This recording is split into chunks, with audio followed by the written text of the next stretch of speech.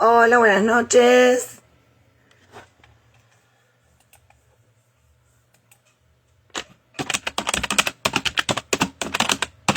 Estamos arrancando un nuevo vivo. Vamos a esperar mientras se van conectando.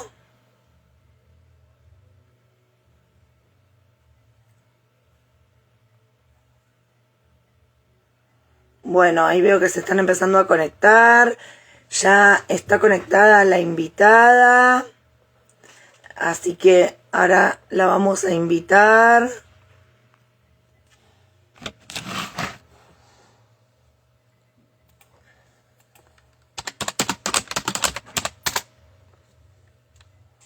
A ver.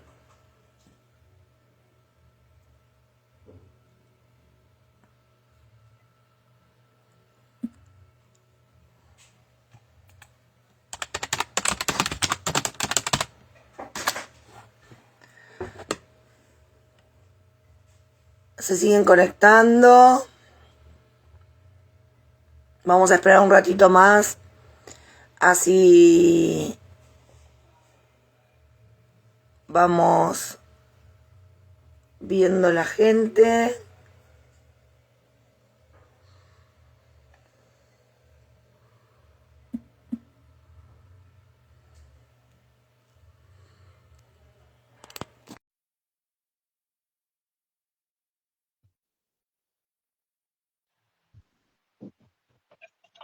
Buenas noches. Hola María Laura, ¿cómo estás? ¿Qué tal, Ale? Bien, acá andamos. Bueno, primero nos va a acompañar María Laura. ¿Querés presentarte, María Laura? María Laura Razari, de la ciudad de Chivilcoy, integrante del Plenario de Madres en Lucha, activista feminista desde tiempos inmemoriales y, bueno, abrazada a la causa de la violencia vicaria. Muy bien. Hoy te tengo para que me acompañes a entrevistar, pero prontamente espero tenerte para ser entrevistada. Porque qué tema importante. Te lo estoy tirando ahora, ¿eh? Qué tema importante el tema de la violencia vicaria. Así que bueno, hoy María Laura me está acompañando para entrevistar a nuestra invitada, pero ya te tengo para que seas entrevistada y nos puedas contar todo lo que sabés y lo que trabajás con la violencia vicaria. Bueno, con todo gusto. Que vamos a traer a Samantha, a nuestra invitada. A ver, ahí. Yo le mandé invitación. Y ahí aceptó la de ella. Ahí Ahí está está. Samantha. Hola, Hola, Samantha. Hola, ¿cómo Buenas estás? noches. buenas noches. Bien, acá andamos, con frío. Está Sí. fresco, ¿no? Sí, la verdad que sí. Fresquito. Bueno, no sé, Sami, nosotros sabemos que primero que sos abogada, este, que trabajas mucho en causas que tienen que ver con la violencia, con la violencia sexual en particular, en el rol de querellante o de particular damnificada. Ujú, Este, también que, bueno, estás participando del juicio del triple lesbicidio. así No es. sé cómo te presentás vos. ¿Qué nos querés contar de quién sos? Bueno, soy Samantha Pedroso, soy abogada, me recibí en la Universidad de Buenos Aires hace 7 años. Soy integrante de la Coordinadora Argentina por los Derechos Humanos, CAD, que también andan conectadas por ahí. Estoy también en la FALGTB, Federación de Lesbianas, Gays, Bisexuales y Trans. Y bueno, trabajo, además de formar parte de espacios, también estoy formando parte de un espacio que se llama ESI en redes. Además de formar parte de estos espacios, siempre militante en los derechos humanos, ejerzo la abogacía de manera particular, matriculada tanto en Capital Federal como en Provincia de Buenos Aires y en todo lo que es el territorio nacional. Y sí, me especializo en violencia de género y en delitos sexuales y diversidad. Así que suelo intervenir en todos los casos donde se trata de violencia de género, delitos sexuales como querella, particular damnificada y demás. Y sí, también ahora estoy litigando lo que es el triple homicidio Barracas como abogada querellante de la FALC TV. Así que bueno, me presento de esa forma, ¿no? Como una abogada multifacética, pero siempre en el ámbito de lo que es violencia de género, delitos sexuales y diversidad. ¿Cómo se, perdón, pero, cómo, porque veo que hay muchas abogadas, abogades que no tienen ganas de conciliar la parte técnico-profesional con el perfil activista. Pero en vos claramente hay un perfil declarado de activismo. Pero ¿Cómo se me vale. lleva, claro, cómo se lleva eso, lo laboral, resta, suma? Mirá, yo creo que hay un tema, justo ayer lo hablaba esto con la mamá de Osita. Yo hace poco participé del caso de Osita, que fue un caso que tuvo bastante impacto mediático. Eh, y ayer hablaba de esto, ¿no? De qué pasa con los abogados, abogadas y abogades, o sea, que son muy estructuradas, muy para adentro, esto de que la profesión es sagrada y no se tiene que mezclar con lo humano, con lo activista, con lo militante.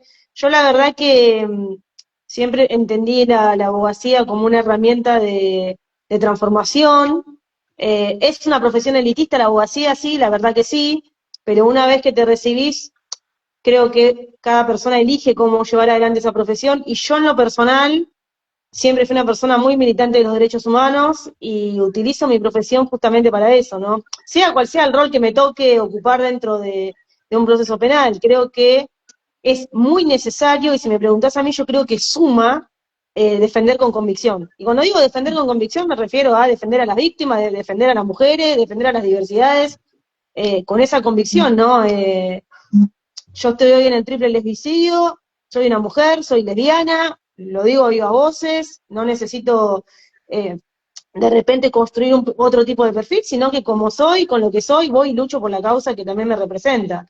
Yo creo que los profesionales no lo hacen, no sé por qué, cada cual tiene su criterio, pero en lo que a mí respecta creo que es muy necesario.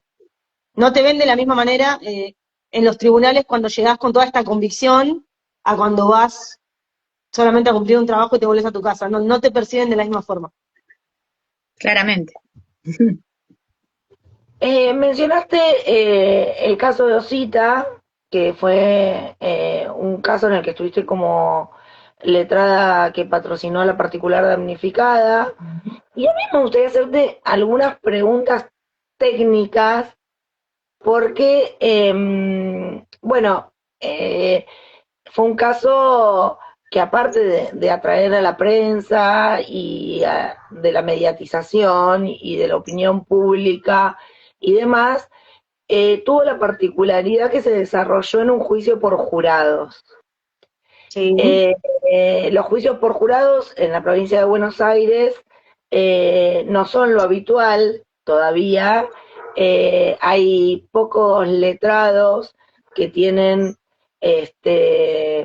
la experiencia para llevar adelante un juicio por jurados. Y ahí me gustaría que nos cuentes un poquito de eso, ¿no? De qué diferencia hay entre un juicio cuando son tres jueces bueno, que estudiaron derecho, que se dedican a eso, y cuando se trata de un juicio donde hay dos jueces, que uno sería el juez, el juez que estudió y que es juez, lo que conocemos como el juez, y el otro juez, que sería esas personas que terminan diciendo si quien está imputado es culpable o no de los delitos que se le están imputando. Sí, mirá, el sistema de juicio por jurados es conocido tradicionalmente, lo vemos en las películas de Netflix, es el sistema acusatorio clásico de los yanquis, de los anglosajones, ¿no? Acá en Argentina se empezó a implementar en el 2005, Córdoba fue la primera provincia en implementarlo y después se fue extendiendo a todo el país. Es un sistema de enjuiciamiento que tiene sus particularidades porque tiene esto que vos decías, ¿no? Dos jueces. Se suele decir que tiene un juez del derecho y un juez de los hechos. En el juicio por jurado tenés un jurado popular, que son ciudadanos comunes y corrientes, que se sientan, escuchan todo un juicio, es como que si vieran una película, y al final deciden si una persona es culpable o no. En la provincia de Buenos Aires existe la particularidad de que son las defensas las que deciden si quieren un juicio técnico o un juicio por jurado cuando la acusación es muy grave. ¿Qué está pasando ahora? Lo que está pasando hace varios años ya es que los acusados por delitos sexuales, ¿sí? Los que están acusados de abuso, sobre todo de abusos cometidos contra sus propios hijos, hijas, hijes, o los que están acusados de femicidio también, por ejemplo, o delitos vinculados con la violencia de género, eligen el juicio por jurado porque, o sea, tienden a subestimar a la gente, ¿no? Los defensores suelen pensar esto como una estrategia, dicen, bueno, vamos a un juicio por jurado porque a la persona común y corriente es más fácil generarle la duda. Esto de, ¿será verdad lo que dice la víctima?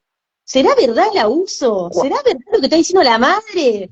Entonces, eligen ese tipo de juicios para llevar toda esta cosa, ¿no? Yo tuve la semana pasada un juicio por jurado en San Isidro, fui querellante, representé a la víctima que era mayor, que contó un abuso crónico que sufría de la infancia. Y antes de eso tuve el juicio de Osita, que fue juicio por jurado, y en ambos juicios los defensores planteaban lo mismo, la denuncia es falsa.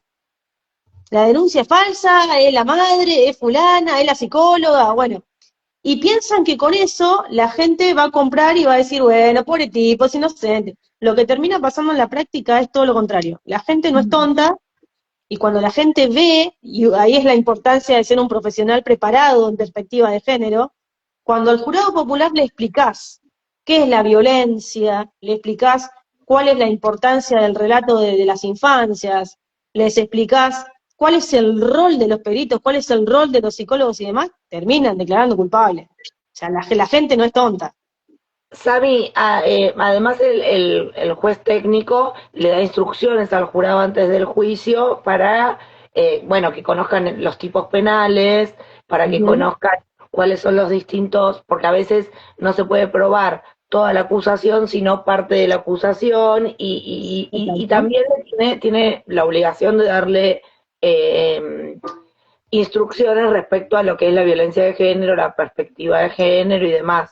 Sí, que en esto voy a agregar algo que es muy importante, sobre todo si este vivo lo están escuchando personas que están en procesos judiciales como víctimas. Las instrucciones las arman las partes. Si el abogado o abogada que representa a la víctima no le dice al juez que tiene que sumar perspectiva de género, el juez no lo va a hacer. Entonces, las instrucciones las arman el fiscal, la defensa y la particular damnificada junto con el juez. Literalmente, reuniones privadas donde decimos, ¿qué le vamos a proponer al jurado? ¿Qué le vamos a explicar? Entonces, ahí es importantísimo que el abogado, abogada, abogade conozca del tema, porque si no conoce del tema, no le da instrucciones al jurado y el jurado no sabe que existe la violencia vicaria, por ejemplo. Hay que explicarle al jurado lo que es. Yo le tengo mucho miedo al juicio por jurado, precisamente por la prevalencia, claramente, de la idiosincrasia patriarcal. Estaba mirando la sentencia del caso de la niña Osita, y hay un punto 16 en la página 9, que a mí me da mucha cosita, y yo te la quiero compartir para ver cómo la ves vos como abogada, porque a mí, como madre protectora, me saca el aire.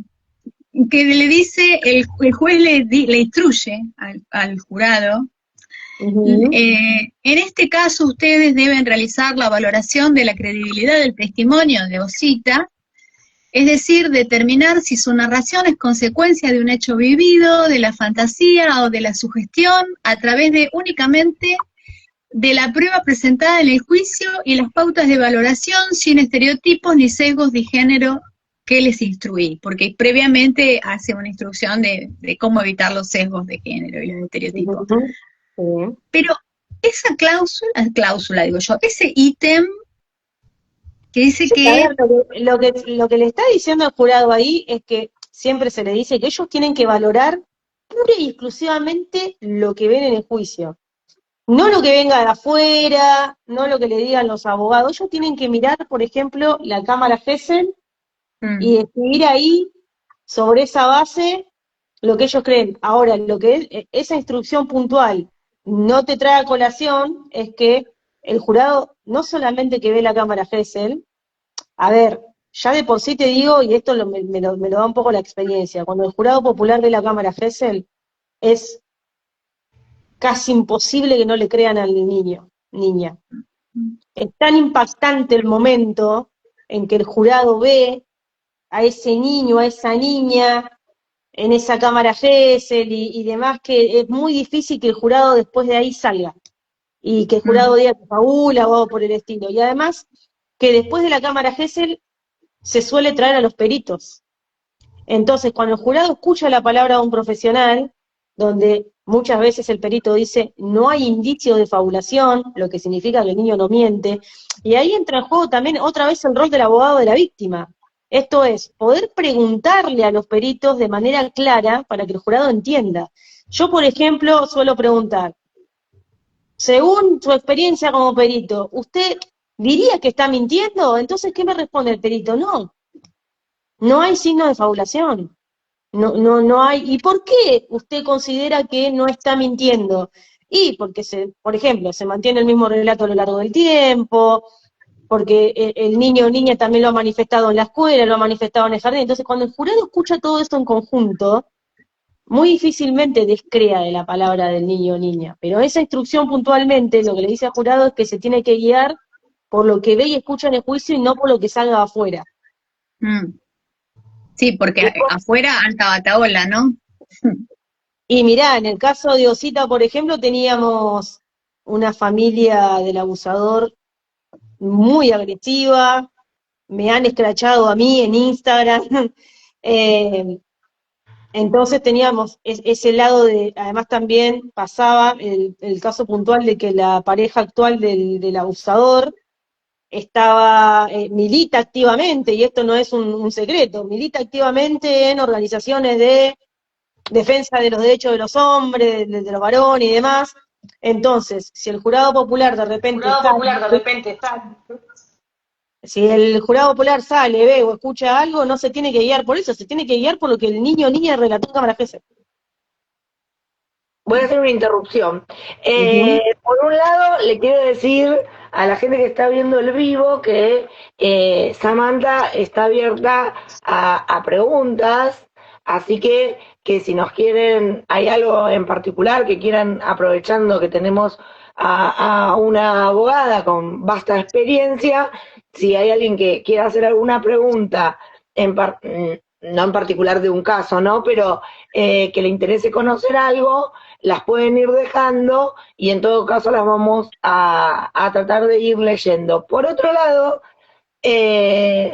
justamente que estábamos hablando de este tema, de esta familia tan particular del condenado, porque voy a espolear y voy a decir que este juicio terminó con una condena y que de esos 12 jurados, 11 lo han encontrado culpable, lo cual obviamente nos da a las claras, ¿no?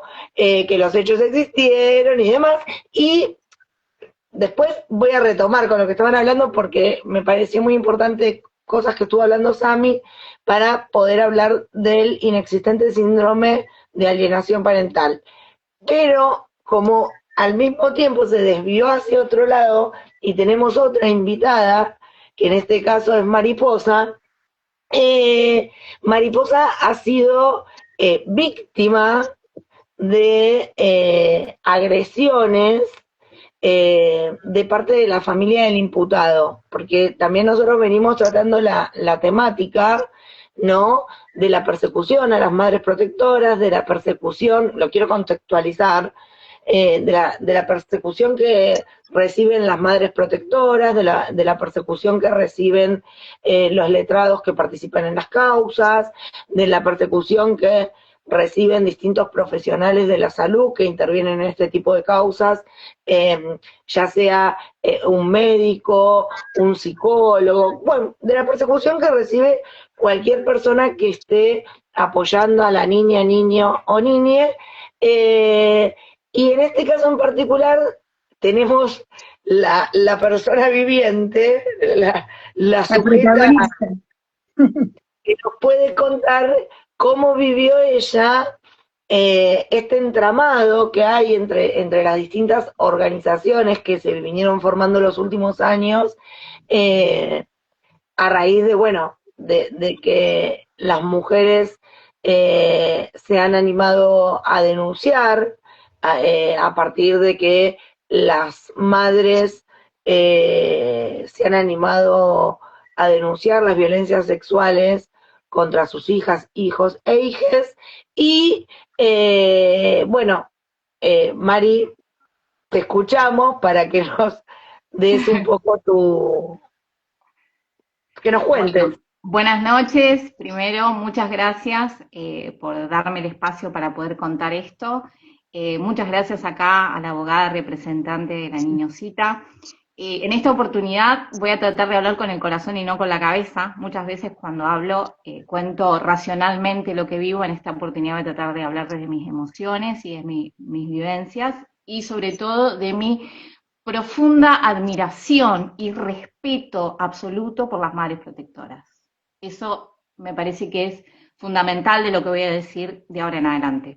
Yo soy sobreviviente de violencia sexual, yo no soy madre protectora, afortunadamente, y digo afortunadamente porque debe ser una de las cosas más terribles que le puede pasar a una madre que ama y respeta a sus hijas, que sus hijas sean víctimas de una agresión sexual.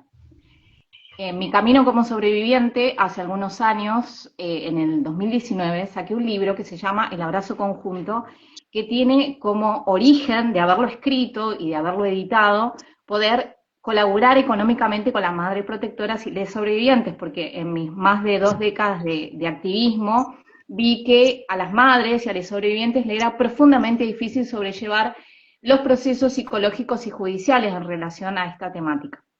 Yo escribí el libro y empezamos a venderlo con un grupo de gente para juntar fondos para sobrevivientes y madres protectoras.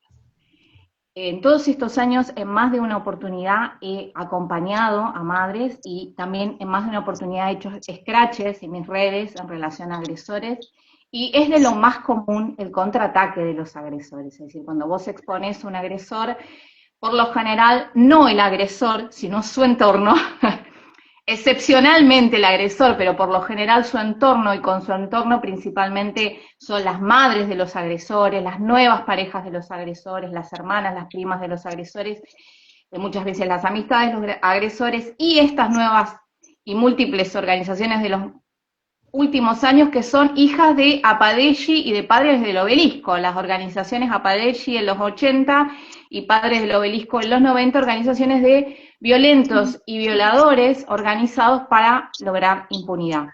En este caso puntual, en el de la Niñosita y la madre de la Niñosita, bueno, yo me enteré de la situación de la Niñosita y de la madre y le ofrecí que venda los libros. El sistema que tenemos en Miguitas de Amor para la venta de libros es que le damos los libros y la persona los vende, nosotros publicitamos, la persona los vende y se queda con todo el dinero.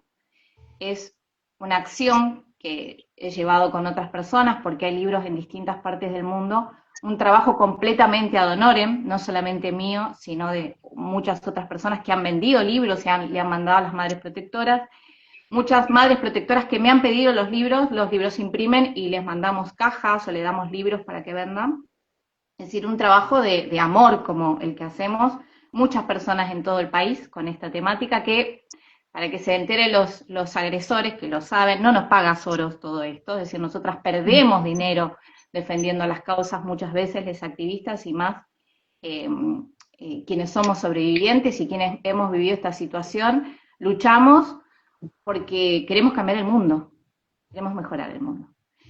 Cuando empezamos a hacer una campaña para vender libros para la niñosita, la madre tenía los libros, y automáticamente, la nueva pareja del agresor, la última pareja, la actual creo pareja del agresor sexual de la niñosita, comenzó una campaña de difamación en mi contra, publicando en sus historias, publicando en el perfil de Justicia para Julián, publicando en su perfil personal, que yo era una estafadora que estaba lucrando con la situación. ¿Y cuál es el objetivo de esto? Obviamente no es, digamos, la ligué yo indirectamente, porque el objetivo principal es dejar sola a las madres protectoras. El objetivo del entorno de los agresores es que la madre protectora se quede sola, amedrentar a la gente que se acerca a ayudar, amedrentar a les abogades, amedrentar a las amistades, amedrentar al entorno familiar y amedrentar a cualquier organización e incluso a los y les profesionales. Lo hemos visto en el último tiempo con el ataque a las psicólogas, con el ataque a EVAs, con el ataque a Salud Activa, con el ataque a cualquier organización que se la juegue por las niñas, y sobre todo por las niñas víctimas de violencia sexual. Esta misma gente que me ha agredido, porque no solamente ha sido la actual pareja del agresor, sino que es la vicepresidenta de Crianza Sana, acá estoy viendo algunas de las publicaciones que hicieron, Abuelos Impedidos Embargados, Crianza Sana Mendoza, Derecho a Defensa, Nunca Más Niños Rehenes, Justicia por Ellos, bueno, todas estas organizaciones que en algunos posteos han dicho de mí enferma mental, estas solo lucran con sus propios hijos, acusar sin pruebas delito, volver a la alcantarilla, se debería presentar como mariposa la psicópata, se terminó el curro, no soy kirchnerista, soy de izquierda, lucradora, chanta, sinvergüenza, cara dura, tienen que estar presa esta gente y demás adjetivos calificativos, todos muy amorosos, por cierto. Bueno, todas estas organizaciones y toda esta gente a lo que apuntaba era que la madrecita se quede sola. En ese momento, y esto es lo que me gustaría resaltar, obviamente la madrecita se sintió muy mal, muy mal. Las madres protectoras pasan por muchísimo, no son locas, no son maliciosas, son, y permítame emocionarme, mujeres que rearman su vida con muchísimo sufrimiento y muchísimo dolor después de algo terriblemente trágico, Como que venga tu hija y te diga que el hombre con el que tuviste ese hijo la agredió sexualmente, es decir, es de un nivel de dolor y de angustia inenarrable. Yo he visto el sufrimiento de las madres protectoras y la verdad, a todas las amo y las admiro, porque me hubiera encantado tener una madre protectora. Me hubiera encantado tener una madre protectora. Por eso los pedófilos las odian. Porque los pedófilos, los violentos y los grupos de agresores odian a las madres protectoras.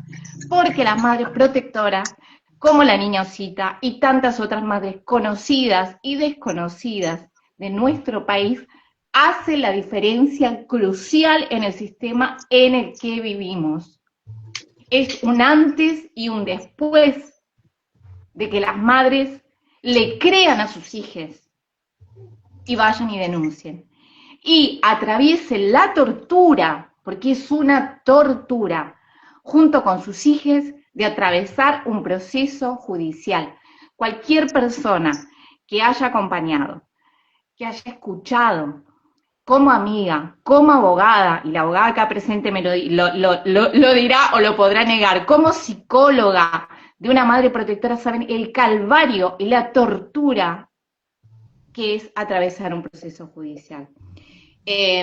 Yo había pensado mostrar las capturas de todo eso, de todo esto, pero para no robar mucho tiempo les digo a las personas que están mirando que todo esto lo voy a subir a mi historia de Instagram y voy a hacer mi Instagram Mariposa Blanca Artista, voy a hacer una historia especial con esta información que les estoy contando para que la puedan ver cuando quieran, para que no quede solamente en el vivo. No lo pongo en el vivo para que no se nos cuelguen de las tetas, pero lo pueden ver en la historia de Instagram. Voy a hacer capturas de todo esto, de esta mujer, la actual pareja del agresor de Osita, condenado por agresión sexual contra su hija, condenado, diciendo que el tipo era víctima de una falsa denuncia. En eventos en el Senado con Cuño Libarona, en eventos donde estaba Andrea Guacci y Daniela Juriacá, que sabe más que yo con respecto a dónde estaban, va a poder explayarse de los contactos que tiene esta mina con todo este lobby pedófilo que quiere meter las falsas denuncias, que quiere meter la revisión de los condenados. No importa que el tipo no haya sido denunciado y no se haya llevado a juicio. No importa que el tipo haya sido llevado a juicio y lo absolvieran por presunción de inocencia. Incluso no importa si al tipo lo condenaron, y no importa si el tipo está preso. Siempre la familia dice que es una falsa denuncia y que el tipo es inocente. Porque si ellos reconocen que tienen en su familia a un pedófilo, a un violador de pibes, están en contra de lo que buscan, que es la impunidad. Este gobierno actual no solamente quiere sacar todas las leyes que está queriendo sacar para perpetuar la impunidad de los violentos, sino para sacar gente que está en cana de la cárcel. Hasta ese nivel llega el lobby pedófilo. Y quiero agregar, disculpen que me extienda en esto, que este es un caso particular, pero que en realidad tras el lobby pedófilo están todos quienes ganan millones y millones con la trata con fines de explotación sexual, con el material de agresiones sexuales contra niñas que se vende, contra las violaciones de niñas, niños que están en el sistema de trata de personas con fines de explotación sexual. Este es un negocio millonario para muchos. No es solamente el caso de la niña Osita y la nueva pareja del agresor sexual buscando impunidad. Esto es sistemático. Negocios que financian la política. Negocios que financian la política. Negocio que financia la política. Entonces acá tenemos que hay un gobierno que viene a restablecer un negocio millonario de gente muy peligrosa, que quienes enfrentan este negocio millonario, madres protectoras como de la niña Osita. Acá quienes tienen coraje son las madres protectoras, son las abogadas, como la compañera que está acá presente, son las psicólogas, los psicólogos, que respaldan a las madres protectoras y, sobre todo, respaldan a las niñeces. Cuando yo me acerqué a mi progenitora a los 9 años y le dije que mi progenitor me estaba violando, me dijo, te voy a cortar la lengua con una tijera. Ese es el pasado del que venimos y no vamos a volver. Al pasado no volvemos. No vuelve.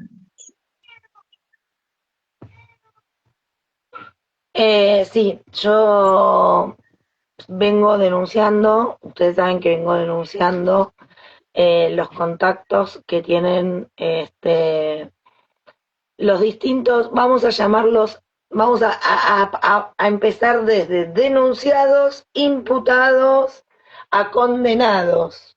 Algunos están denunciados, la investigación tarda mucho tiempo, otros están ya imputados, porque hay una imputación de la Fiscalía, otros están incluso condenados y muchísimos están sobreseídos o absueltos, no porque los hechos no hayan existido. Y acá, Sami, me gustaría que expliques lo que es el principio de que la duda beneficia al imputado, ¿no? Porque toda absolución o todo sobreseimiento que haya según en la etapa del proceso en la que se encuentren, enseguida amerita hablar de la falsa denuncia. Y a mí me gustaría que vos expliques muchas veces por qué son absueltos. Sí, a ver, yo creo que como para darle un poco de contexto a esa respuesta, hay que explicar muy brevemente cuáles son los pilares fundamentales para que una acusación prospere. Primero y principal que, o sea, obviamente la víctima hace el develamiento, vamos a partir de la base de que una víctima hace un develamiento, ese develamiento hay que llevarlo a la justicia, ahí aparecen las madres protectoras, que como bien dijo la compañera, son claves en esto. hacen una denuncia. Pero a partir de que la denuncia se radica en el sistema judicial, la obligación de que prospere esa acusación es del titular de la acción penal. Esto significa fiscalía. Hay un déficit enorme en cómo trabaja la fiscalía en los casos de abuso sexual de menores, y ni siquiera tiene que ver con una complicidad con el abusador, porque la verdad que sería muy grave decirlo, sino que tiene que ver con una inoperancia directamente. Hoy justamente me junté con una mamá protectora que está con su niñito que fue víctima, y me acaba de contratar y vamos a empezar a ver el expediente y demás, y yo veía cómo la fiscalía, esta mamá que ya tenía otra abogada antes, le había presentado un montón de testigos, un montón de pruebas maestras del jardín, porque el niño había contado en el jardín, una niñera a la que el niño le había contado también, y la fiscalía ignorando totalmente las pruebas. Entonces, hay que poner el foco también en el Ministerio Público Fiscal. Los fiscales y las fiscales se quieren lavar las manos, se apartan, se hacen los distraídos, las distraídas, y dejan todo el laburo en manos de las querellas. Y no todos los abogados y abogadas que agarran querellas de abusos sexuales están formados en el tema. Y No eso es un solo problema. eso, no solo eso, y perdón que te interrumpa, porque esto es algo que yo siempre digo cuando hablo con las madres protectoras, que es lo primero que se le dice cuando van a hacer la denuncia y llega desesperada y en el momento de angustia y demás, es, tranqui, no necesitas abogado, tu abogado es el fiscal. What? Y es mentira, ¿por qué? Justamente cuando me toca alegar en los juicios por jurados, yo siempre le explico esto al jurado popular, porque la gente común no lo sabe. La Fiscalía, el Ministerio Público Fiscal, que es el Estado, representa al total de la sociedad. Ocurre un delito cualquiera, roban una moto acá en la esquina, afectan a la sociedad. Ocurre un abuso sexual, afecta a la sociedad. Entonces el fiscal está ahí. Ahora, los delitos de abuso sexual, el otro día en un juicio por jurado, hacíamos con el fiscal trazábamos esta línea. ¿Es lo mismo que te roben un auto a un delito sexual? Y la gente decía que no. Y es lógico, porque hasta la persona más legal que haya sabe que no es lo mismo que te roben una bicicleta que te abusen sexualmente. Entonces, las fiscalías ahí no digo todas, porque hay excepciones, pero la mayoría de las fiscalías no hacen bien su trabajo y no tenemos que tener miedo de decirlo. A mí, la fiscalía me pone en cara mala, me han dicho, y no voy a dar nombre para no generar polémica, pero me han dicho, doctora, baje el perfil, no responda a las chicanas de la defensa, porque la audiencia se pone tensa, y esas cosas, la verdad, que cuando vienen de un fiscal, que lo que tiene que salir es a comerle los talones al abusador, y ahí ya te das cuenta que hay algo que no está funcionando. Y hago todo este contexto para responder lo que me preguntabas. ¿Por qué? Porque si el fiscal, que es el encargado de generar la prueba, no la genera, si la querella propone algo y el fiscal no acompaña, no podés generar toda la prueba y aparece el principio de inocencia. Artículo 18 de nuestra Constitución Nacional. Toda persona es inocente hasta que se demuestre lo contrario. Y lo contrario se tiene que demostrar con pruebas concretas en un juicio. Entonces, si el fiscal no acompaña y el abogado o abogada querellante no está especializado en el tema, no generas una acusación sola y con el mero relato de la víctima, lamentablemente no alcanza. A ese relato hay que sumarle pericias psicológicas, otros relatos que haya hecho en la escuela, en la casa, en el jardín. Siempre el niño o niña víctima de abuso lo cuenta, en algún momento lo cuenta. Entonces, es importante esto. ¿Existe el principio de inocencia? Sí. Muchas personas terminan absueltas, y ahí te respondo, porque el Ministerio Público Fiscal no hace el trabajo como lo tiene que hacer y porque la madre protectora no tiene un abogado o abogada que esté especializado en el tema. Muchas veces no lo tiene porque no tiene plata. No tiene Esto es un recursos. problema. Claramente, nos ha pasado a todas. Porque no tiene recursos económicos y muchas veces, porque bueno, tampoco tiene los suficientes recursos para entender que lo primero que no tiene acceso al expediente como para poder entender lo que está pasando. Entonces se supone que vos confías en que el fiscal que tiene la llave de la acusación es el que está recolectando esas pruebas. Después te encontrás con que esas pruebas se hacen agua porque esa investigación estuvo mal hecha. Por eso es importante remarcar esto de que el fiscal no es tu abogado, y no solo que no es tu abogado, sino que hemos visto muchos casos donde la causa se eleva a juicio. Cuando se eleva a juicio cambia el fiscal, porque no es el mismo el que instruye, él o la fiscal que instruye, que él o la fiscal que desarrolla, que se desempeña durante la etapa de juicio en el debate, y hemos visto retiros de acusaciones. Y acá es importante... A mí me ha pasado, caso Osita, ¿no? Llego al juicio, porque la mamá de Osita llega a mí, la anterior abogada que trabajó conmigo, y la voy a nombrar porque es una excelente colega, Raquel Hermida Leyenda, termina falleciendo, fallece el año pasado, en el 2025, la mamá Osita llega a mí, buscando esa representación. Cuando yo entro a la causa ya estaba elevada a juicio por jurado, ya habían hecho una audiencia preliminar antes. Entonces la mamá Osita me dice, yo tengo estos 4 testigos para ofrecer, ¿no? Y se los diste a la fiscal, sí, se los presenté a la fiscal, pero bueno, la fiscal los entrevistó y dijo que no había algo de gran relevancia. Bueno, esos 4 testigos marcaron la diferencia en el juicio por jurado. ¿Por qué? Porque en uno de esos testimonios estaba nada más ni nada menos que la maestra del jardín, que fue la primera en notar los cambios de conducta de la niña. Y fue excelente la maestra en el juicio por jurado explicándole a todo el jurado cómo es que la niña pasó de ser una niña feliz, que iba al jardín y disfrutaba, a ser una niña que se hacía pis, que se angustiaba, que lloraba, la señorita se acordaba de los informes. Esa testigo, la fiscal no la quería incorporar. A mí me decía, pero bajemos los testigos, porque un juicio por jurado es largo. Entonces, es fundamental exigirle a la fiscalía que haga su trabajo cuando no se puede tener un abogado o abogada. Y si se puede tener un abogado o abogada que sea especialista en el tema, porque si no el fiscal te come crudo y termina siendo funcional al abusador. Yo voy a decir algo que no tenés que decirlo vos, Samantha. Lo voy a decir yo, como madre protectora.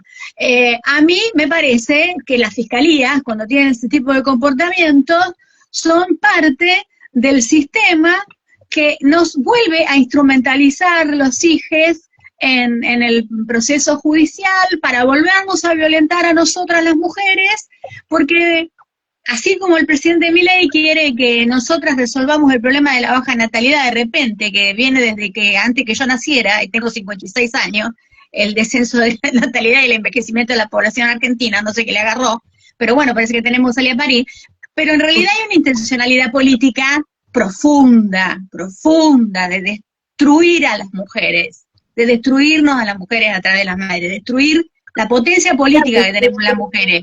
A las mujeres, a las infancias, a la diversidad. A la disidencia. Sami, ¿te pasó? Porque a mí me ha pasado, entonces te lo quiero preguntar así directo, sin nombre, porque no quiero comprometerte. No vamos a decir nombre.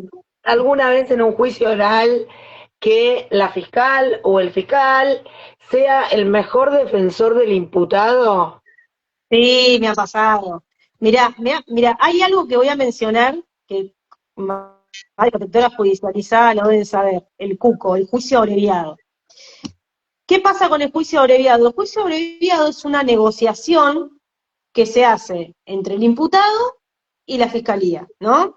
El imputado reconoce el delito, dice, sí, está bien, yo abusé sexualmente, y como premio, de alguna forma, se le da la pena mínima. ¿Qué me ha pasado? Departamento Judicial San Isidro, no voy a dar nombre, pero San Isidro. Llego con una niña abusada, había sido abusada por el tío, yo tenía una cámara Gesell hermosa, porque la niña había estado súper espontánea, el relato súper coherente, tenía las psicólogas del colegio que iban a declarar, las trabajadoras sociales del colegio que le habían hecho la intervención a la niña había hablado en un taller de ESI, yo tenía todo para ir al juicio a buscar el abuso sexual agravado. Agravado significa que se agravaba porque este tío le abusaba cuando la nena estaba al cuidado de él, es decir, se agrava porque tiene la guarda, tiene el cuidado. Bueno, esa pena arranca de 8 años en la mínima y la máxima es de 20. Bueno, yo iba al juicio oral dispuesta a hacer esa batalla. Bueno, ¿qué me pasó? El fiscal, varón, hizo un acuerdo con la defensa, sin avisarme, sin preguntarme, y lo que fue peor es que estábamos, el mismo día que fuimos citadas para el juicio, yo llegué con la mamá de la nena, con los testigos y demás, y el fiscal decía, no, doctora, yo no voy a firmar ningún abreviado, yo si usted no quiere, porque, ¿qué pasa? Lo que dice la ley es que la opinión de la víctima no es vinculante. Pero esa no vinculancia, en realidad, los fiscales la tienen que tomar. Si la víctima se te está oponiendo al juicio abreviado y te estamos diciendo, nosotras necesitamos el juicio porque queremos probar un delito más grave, el fiscal te tiene que acompañar. El fiscal me decía, doctora, quédese tranquila, que yo no voy a firmar ningún abreviado si la mamá de la nena no lo quiere, qué sé yo. Bueno, 15 minutos después estaba firmado juicio abreviado y el tipo quedó libre, porque fue una condena mínima. Entonces, sí me ha pasado, y este es un claro ejemplo, de que el fiscal terminó siendo el abogado defensor del abusador. Lo dejó libre. A mí me parece que las madres protectoras lo saben, quienes estamos en la temática lo sabemos, pero por ahí el resto de la sociedad no sabe que en realidad esto que estamos relatando es un entramado súper complejo, súper grande y muy bien aceitado, en el cual tenemos por un lado la feminización de la pobreza. Las madres protectoras en su gran mayoría no tienen guita para sostener procesos judiciales, y más estos procesos judiciales que son larguísimos, que pueden durar 10 años, es decir, ¿quién tiene guita para bancar un proceso judicial de 10 años? Muchas veces los agresores sí tienen dinero, mientras más guita tenga el agresor, más chances de impunidad. Lo hemos visto en los juicios, por lo general, los que van presos son los que más pobres, de las clases sociales más bajas, los que tienen más guita, más difícilmente van presos, contratan mejores abogados, corrompen en gran porcentaje de corrompido del Poder Judicial, es decir, compran fiscales, compran jueces y demás. Esto lo digo yo, no es necesario que lo digan las abogadas. El Poder Judicial ya de por sí es fascista, es clasista, es misógino, es xenófobo,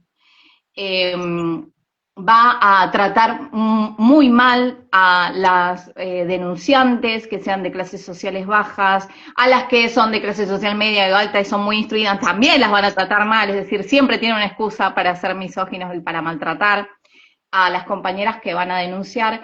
Y a esto para mí es muy importante, vuelvo a reiterar, que se suma todo el acoso y el hostigamiento que sufren las madres protectoras y su entorno, ¿no? Porque no es lo mismo llegar a un juicio fresca como una lechuga que llegar a un juicio empobrecida, quemada de la cabeza de todo lo que te persiguen y persiguen a tu entorno, los agresores, con el fiscal en contra, revictimizada por el Poder Judicial, es decir, son capas de violencia que se suman a la del agresor, porque si nosotros tuviéramos solamente al agresor, ¿no? Y una sociedad que funciona acompañando a las niñeces, acompañando a las madres protectoras, un Estado presente, salvaguardando y protegiendo a las madres en lo que necesiten, por ejemplo, algo que dio de baja este gobierno, que es la posibilidad de que tengan representación legal gratuita en los casos de agresiones sexuales contra niñas y adolescentes.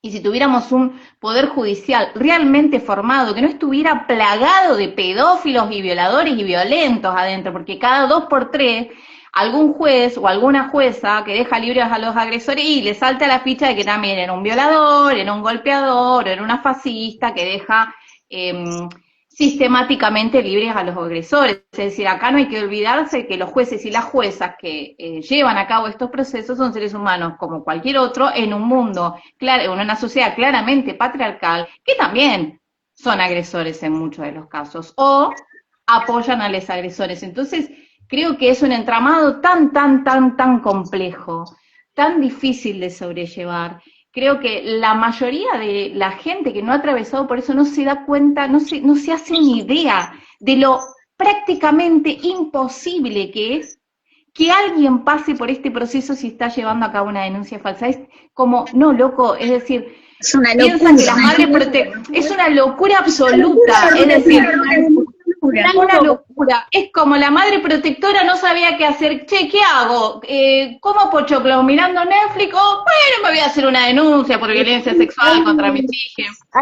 Hay algo que me hiciste acordar algo que estoy haciendo mucho, lo hice en el alegato del caso Cita con juicio por jurado, y la semana pasada también cuando tuve el juicio por jurado en San Isidro, es justamente esto. Después de que el jurado popular ve, por ejemplo, ¿no? La cámara Gesell, vienen los psicólogos, viene la maestra Jardín, y yo o sea, lo tengo latente de decirle al jurado, o sea, ¿ustedes se piensan que la criatura se divierte haciendo otras cosas? Que un niño o niña de repente empieza a hacerse pis porque le parece divertido. O la madre, por ejemplo, que es divertido estar 15 años dentro de un tribunal, dentro de un juzgado, y la gente no entiende. Y es más fácil, esta es mi conclusión actual, es más fácil que lo entienda la gente común a que lo entiendan los jueces técnicos. Es más probable que un juez técnico te crea en la falsa denuncia que un jurado popular te crea en una falsa denuncia. Justamente por lo que decía la compañera, porque los jueces tienen todos sus muertitos en el placar. Bueno, Exactamente. pero justamente también por eso es toda esta campaña que se está haciendo públicamente con el proyecto de ley de falsas denuncias de la senadora Carolina Lozada, llevando a supuestos hombres falsamente denunciados por los canales de televisión, sentándolos en el Senado, porque busca de alguna manera que el ciudadano común, digamos, sea más propenso a estar invadido de la idea de que son todas locas denunciantes, ¿no? Falsas denunciantes, que quieren plata, que quieren un montón de cosas. Yo diría que para arrancar vayan a ver las cuentas bancarias de los pedófilos, porque muchos de ellos no tienen ni bienes ni nada como para que se les pueda sacar. Claro, eso es algo que en los juicios se litiga mucho. De preguntarle, el otro día a un agresor le hacíamos la pregunta en el juicio, ¿no? Delante del jurado también. La mamá de la denunciante te hizo una demanda por algo, te exigió plata por algo, y no, decía, y claro que no, si no tenés dónde quedarte muerto. ¿Quién te va a querer hacer una denuncia ¿No falsa? viste el discurso que dan en los medios es este de la mujer vengativa que solo quiere plata, plata, plata, y resulta que son unos muertos de hambre? Bueno, ese es un estereotipo que bueno, hoy hablaban de la sentencia del caso Osita cuando se leen las instrucciones al jurado. Una de las instrucciones que hay que meter siempre, como abogado de la querella, es esto de que para valorar la prueba de un juicio no se tiene que tener en cuenta estereotipos. Uno de los estereotipos de género, que lo mencionamos en la sentencia Osita, es la idea de que la madre despechada hace denuncias por venganza. Esa es una instrucción que hay que darle al jurado siempre. Entonces, con esa instrucción, vos al jurado le estás diciendo que la falsa denuncia no existe. Es un estereotipo. Uh-huh. Y me había quedado pendiente, primero quiero operar, porque me pierdo entre tantas cosas. Quiero decirle a Mariposa que han comentado qué hermoso libro, nos acompañó a muchas.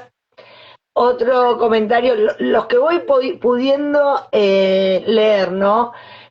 Pusieron un libro que nos cambió la vida, y otra persona, y acá ya voy a Sami, preguntó, porque iba a volver con el tema del falso SAP, del inexistente SAP, para vincularlo o no a esto de el jurado y los jueces, ¿no? Esta distinción que se hace, porque bueno, también los acusados llevan peritos que sostienen las teorías del SAP y sus nuevas versiones, ¿no? De co-construcción, memorias implantadas. Entonces justo la pregunta decía, ¿qué opina sobre las memorias implantadas? Mirá, eso, hoy justamente lo hablaba con una madre que en una pericia se hablaba de esto de la memoria implantada.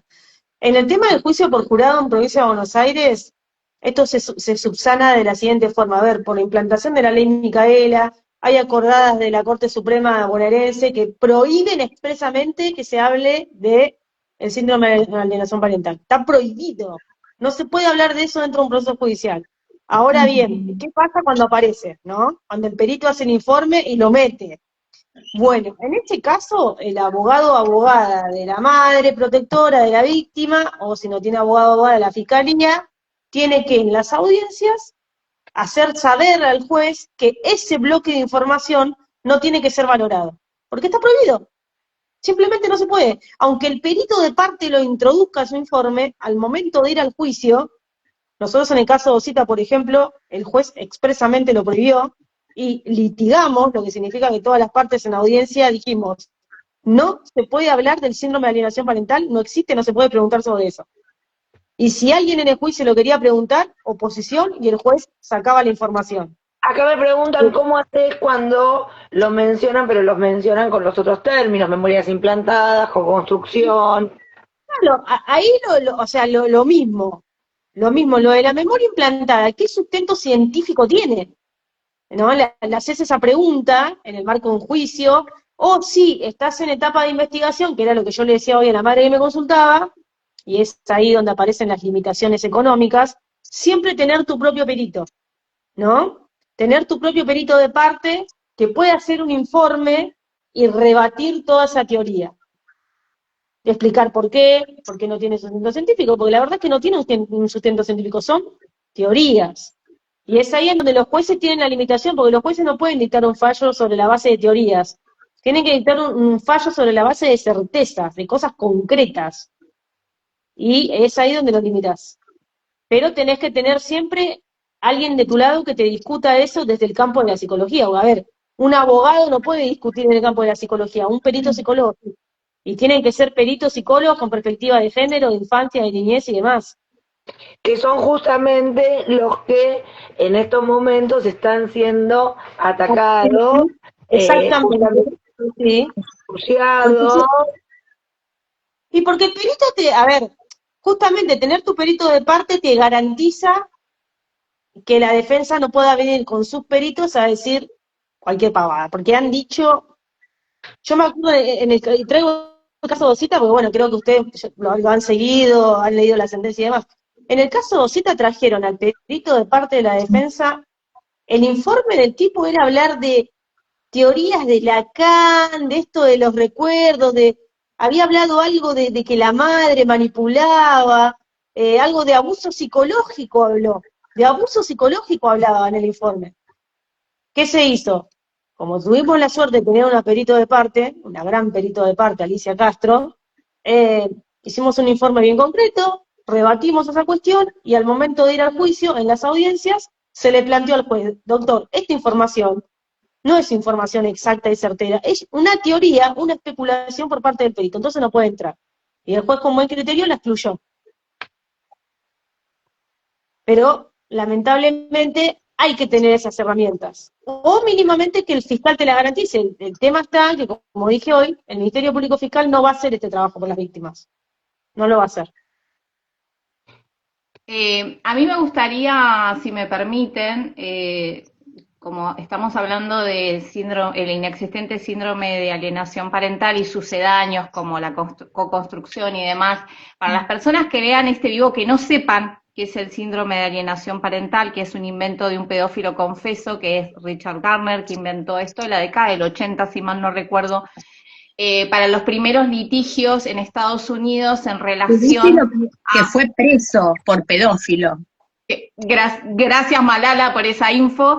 Él lo empieza a utilizar, inventa este inexistente síndrome de alienación parental para tratar de sostener la impunidad de los agresores sexuales, que consistía en decir que las madres alienadoras le habían metido en la cabeza a la niña, niño, niñe, la idea del abuso, de la agresión sexual, es decir, que les hacían mentir intencionalmente o que los condicionaban para que lo crean. Y parte de la solución a este inexistente síndrome de alienación parental, que fue rechazado por los colegios de psicólogos de todo el mundo, era la terapia de la amenaza. ¿Cómo resolvían esta locura que se le había ocurrido a la madre, amenazándola a ella y a la niña víctima de agresión, que si no cambiaban el relato, es decir, que si no dejaban de decir que el progenitor era un pedófilo, les iban a separar? Esa era la forma de resolver es decir, perverso por donde lo mires, pero para la gente que siga dudando si este inexistente síndrome existe o no, me gustaría leer dos pequeñas partecitas de lo que escribía Gardner en sus libros. Un fragmento de su libro Litigio por la custodia del niño, página 93 de 1986. En la actualidad, el niño sexualmente abusado es generalmente considerado como la víctima, generalmente considerado, a pesar de que el niño puede iniciar encuentros sexuales seduciendo al adulto.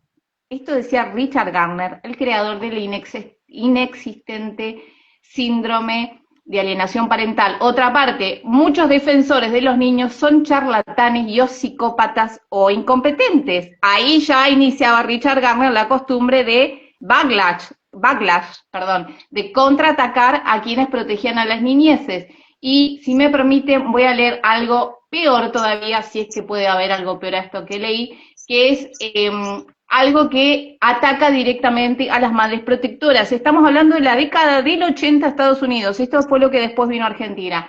Si la madre ha reaccionado al abuso de manera histérica, o lo ha usado como excusa, usar el abuso como excusa para una campaña de denigración del padre, es decir, no está diciendo que el abuso no existe, que si el abuso existe y ella reacciona de manera histérica al abuso, o lo ha usado como excusa para una campaña de denigración del padre, entonces el terapeuta hace bien en tratar de traerla a la cordura.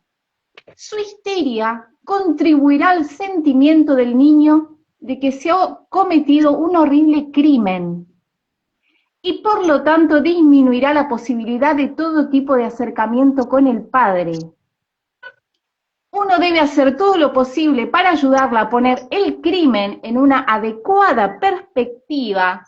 Ella debe ser ayudada a apreciar que en la mayoría de las sociedades en la historia del mundo, tal comportamiento era omnipresente y que esto aún es así. Resumido, si la madre le dice al niño que esto está mal, si la madre denuncia que esto está mal, el profesional tiene que decirle, baja tu histeria, bancátela, porque en todas las sociedades ha habido pedófilos, y si vos te pones loquita, tu hijo se va a sentir peor, básicamente.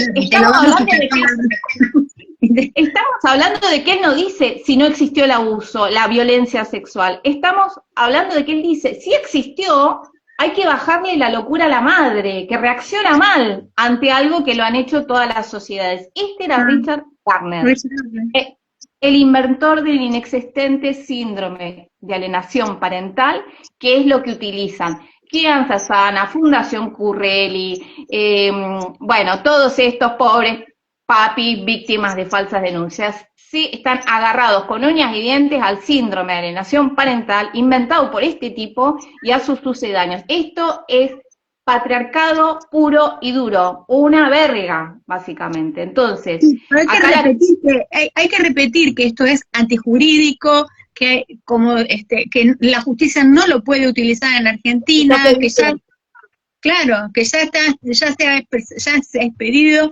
Y sin embargo, acá en Chivilcoy nosotros tenemos un famoso abogado que sale en los medios permanentemente hablando del síndrome de alienación parental. Bueno, eso pasa en todo el país. Ese es un problema con la libertad. Pero estas frases que dijo Gardner, no las Sí, dicen. Esto lo ocultan. Esto lo dijo Richard Gardner y con esto cierro, digo la última, para ver hasta qué punto Gardner sostenía la pedofilia como algo que estaba bien, y en esto se basa lo que hacen los grupos de agresores organizados. Las madres que han sido abusadas sexualmente en su infancia pueden tener enojo residual hacia su padre abusador u otro abusador sexual, y esto puede estar interfiriendo en su relación con su esposo. Esto debe ser explorado en profundidad y ella debería ser ayudada a reducir tal enojo residual. Quizás ella pueda ser ayudada a apreciar que en la historia del mundo, el comportamiento de su padre ha sido probablemente más habitual que el comportamiento reprimido de aquellos que no abusan sexualmente a sus hijos. O sea, hay que abusar de Ahí hay uno de los comentarios que ponen que dice que hay juzgados y jueces promoviendo congresos sobre el SAP. Yo sé que hay un juez en particular de familia que ha promovido este tipo de congresos desde la cuenta del juzgado. El juzgado tiene la cuenta de Instagram, que es la misma en la que sacan las publicaciones del juzgado. Ahí hay que meter denuncia colectiva. Porque bueno, un juez de familia, importante aclarar esto, un juez de familia no es un juez penal. O sea, los jueces de familia igual están con el caso el último caso mediático del nene este de Ángel, Sí. los jueces de familia están todos digamos, en tela de juicio, pero un juez de familia por ahí no es un juez penal, y el juez penal es estrictamente prohibido valorar una prueba utilizando este falso síndrome que no existe, y los jueces de cualquier fuero que promuevan esto tienen que ser denunciados. Sí. Más allá de que lo tengan prohibido o no, usar la cuenta del juzgado para semejante promoción del Congreso de esta gente que, bueno, ya lo venimos diciendo y lo hemos dicho mucho, ¿no? Que son agrupaciones que están conformadas por todos denunciados, sosteniendo estas teorías nefastas, desde un juez de familia, obviamente causa mayor indignación y preocupación, porque aparte ya está en cierto modo prejuzgando, porque cualquier causa que vaya a caer en ese juzgado y sobre la que él tenga que decidir, ya tiene la pauta de la que la persona que más peritada va a ser durante todo el expediente, que más citada, que más perseguida, que más todo, va a ser la madre. No, y tenés otro problema ahí, el problema de que los niños con causas por abuso sexual que aún no tengan una sentencia condenatoria, van a ir los papás a pedir revinculaciones, se las va a dar. El otro tema que ahí es cuando se empiezan a darle estas revinculaciones forzadas, que en algunos casos llegan hasta arrancamiento. Hemos tenido la semana pasada, si no fue la semana pasada, fueron un par de días más. No sé si vos conocés, calculo que sí, porque fue también muy mediático. Hemos vivenciado en directo, en vivo, en todos los canales de televisión en su momento, allá por diciembre de 2024, siempre cerca de las fiestas, porque son las fechas que utilizan para tomar este tipo de medidas, justamente porque viene la feria judicial y complica mucho más todo. El arrancamiento, el brutal arrancamiento de la Niña Cielo.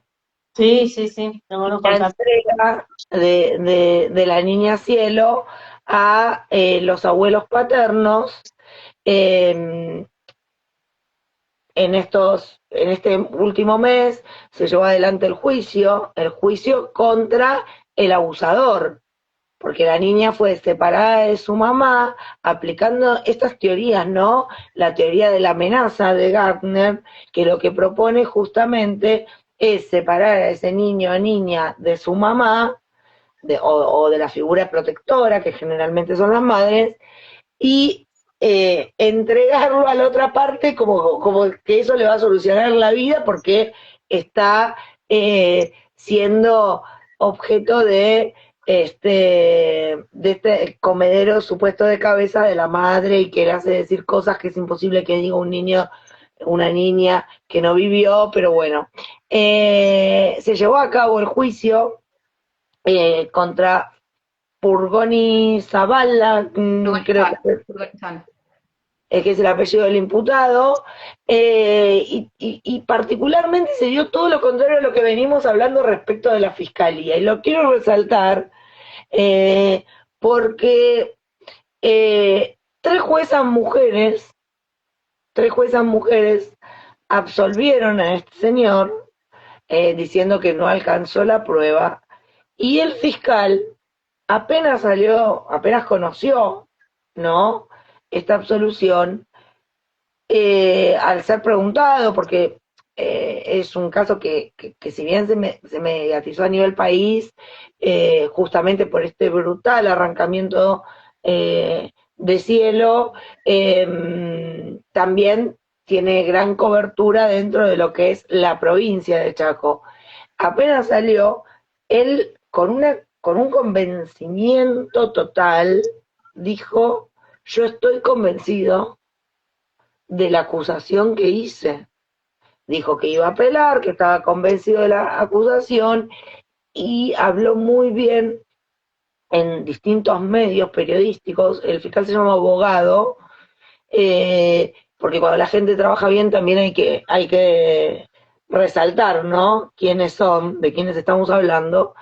Eh, y hizo un reconto en una de las notas que dio de la cantidad de pruebas que había, de la cantidad de testigos que declararon, de las pericias que se hicieron, de testigos expertos, de testigos peritos, de maestras y de toda la prueba que bueno, que obviamente daba lugar a la culpabilidad del imputado y así todo fue absuelto.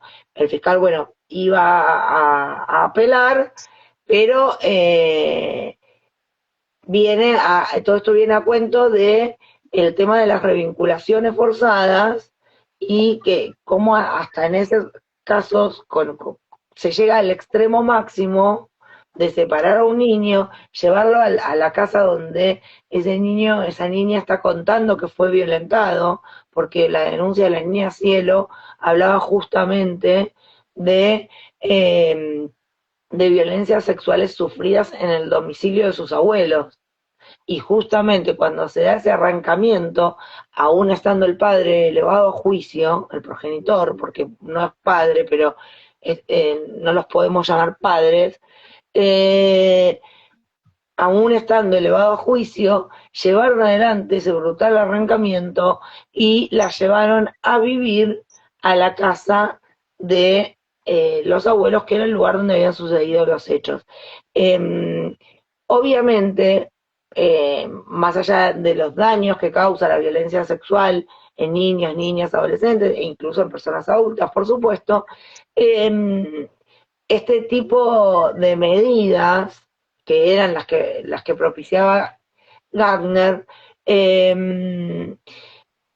son terribles, te destruyen la cabeza, ¿no? Porque esa niña, dentro de un tiempo, no sé, yo me imagino, con el pasar de los años, que se vea obligada a desdecirse de lo que pasó, porque cuando vos sentís que hiciste todo lo posible y el juzgado de familia te entrega a aquel que te dañó tanto, hasta por autoprotección, bajo amenaza o hasta por autoprotección, porque yo lo conté y no me creyeron, yo lo dije y no fui escuchada. Entonces, si me tengo que quedar a vivir acá, y bueno, mejor que no digo más nada. Es como cuando Mariposa dijo hace un rato que cuando ella le develó a su mamá las violencias sexuales llevadas a cabo por su progenitor, su mamá le dijo que le iba a cortar la lengua. Entonces, hago este paralelismo, ¿no? Porque eso que para Mariposa fue tan doloroso y que la marcó tanto, es lo mismo que hacen los juzgados de familia cuando realizan estos arrancamientos y someten a las niñas, niños, niñas a convivir con ese entorno que tanto los violentó. Yo creo disculpa, Daniela, yo creo que, digamos, el invento este de Gardner se lleva a cabo en todo el mundo con plena conciencia de quienes lo llevan a cabo. Afirmo donde quieran que los jueces y juezas, cuando le entregan una víctima a un agresor, están sabiendo lo que están haciendo, porque vivimos en una sociedad patriarcal, misógina, adultocentrista, y las niñas pasan a ser un objeto propiedad del hombre, padre de familia. Entonces, esto que hablamos muchas veces, es el restablecimiento del orden patriarcal. chabona, qué histérica, ¿qué venís a denunciar de que el tipo violó a tu hija o tu hijo? Si esto ha pasado de siempre y va a seguir pasando porque se nos canta. Esto es lo que hace el juzgado, vos sos una histérica de mierda que venís a denunciar pedofilia, cuando la pedofilia ya existe y va a seguir existiendo, te voy a sacar el pibe y se lo voy a... Llevan a cabo la terapia de la amenaza sin decir aguabá, así, digamos. Los secuestros institucionalizados han existido en las últimas décadas, han existido en las últimas décadas y ahora se han hecho más visibles porque son más las madres denunciando, no porque las agresiones sexuales hayan aumentado hacia niñas, niños, niñas y adolescentes, sino que han aumentado las denuncias y por eso tienen que armar estas nuevas estrategias para seguir haciendo lo que han hecho hace siglos, que es invisibilizar la violencia sexual contra niños, niñas y adolescentes. Y, digamos, retoma esto de que, de alguna manera decía la compañera abogada, vos tenés que ir a explicarles todo a la fiscalía, a la qué sé yo, porque, no, a ver, hay muchos casos, no es que desconocen, es que no quieren. No quieren. No Y quieren. además hay otro elemento que yo ya dentro de un ratito tendría que ir, aviso por las dudas, no sé cómo estamos de tiempo, pero como para ir agregando otro componente a lo que venía a decir. Nada de esto es casual. Nada, no es que los jueces toman estas decisiones arbitrarias, ilegítimas, ilegales. El caso de Cielo, por ejemplo, hay una tonelada de pruebas y aún así absuelven. Hay otro componente que hay que traer a la mesa y es las redes de trata, la pedofilia, como un mercado. Hoy por hoy tenemos un gobierno que baja esa línea, que financia eso, hay mucha plata en el juego, hay mucho poder, y creo que no son decisiones aisladas. Creo que cuando un juez decide entregarle a un abusador la impunidad y entregarle ese niño o niña, es porque hay algo más grande que tiene que ver con la mercantilización de las infancias en el ámbito sexual. Esto es algo que es muy complejo, sabemos que existe, sabemos que está ahí, y bueno, también tiene que ver con eso, ¿no? De que muchas veces, a ver, caso Logan, por ejemplo, ¿no? El caso que nadie sabe lo que pasó, pero en realidad todos sabemos lo que pasó. Corrupción, redes, policías, jueces, intendentes, gente de diferentes ámbitos del poder que terminan de alguna manera facilitando y siendo funcionales a la pedofilia, porque es lo que deja plata. Es así, es triste y es crudo y es así, y a esto le estamos haciendo frente todos los días.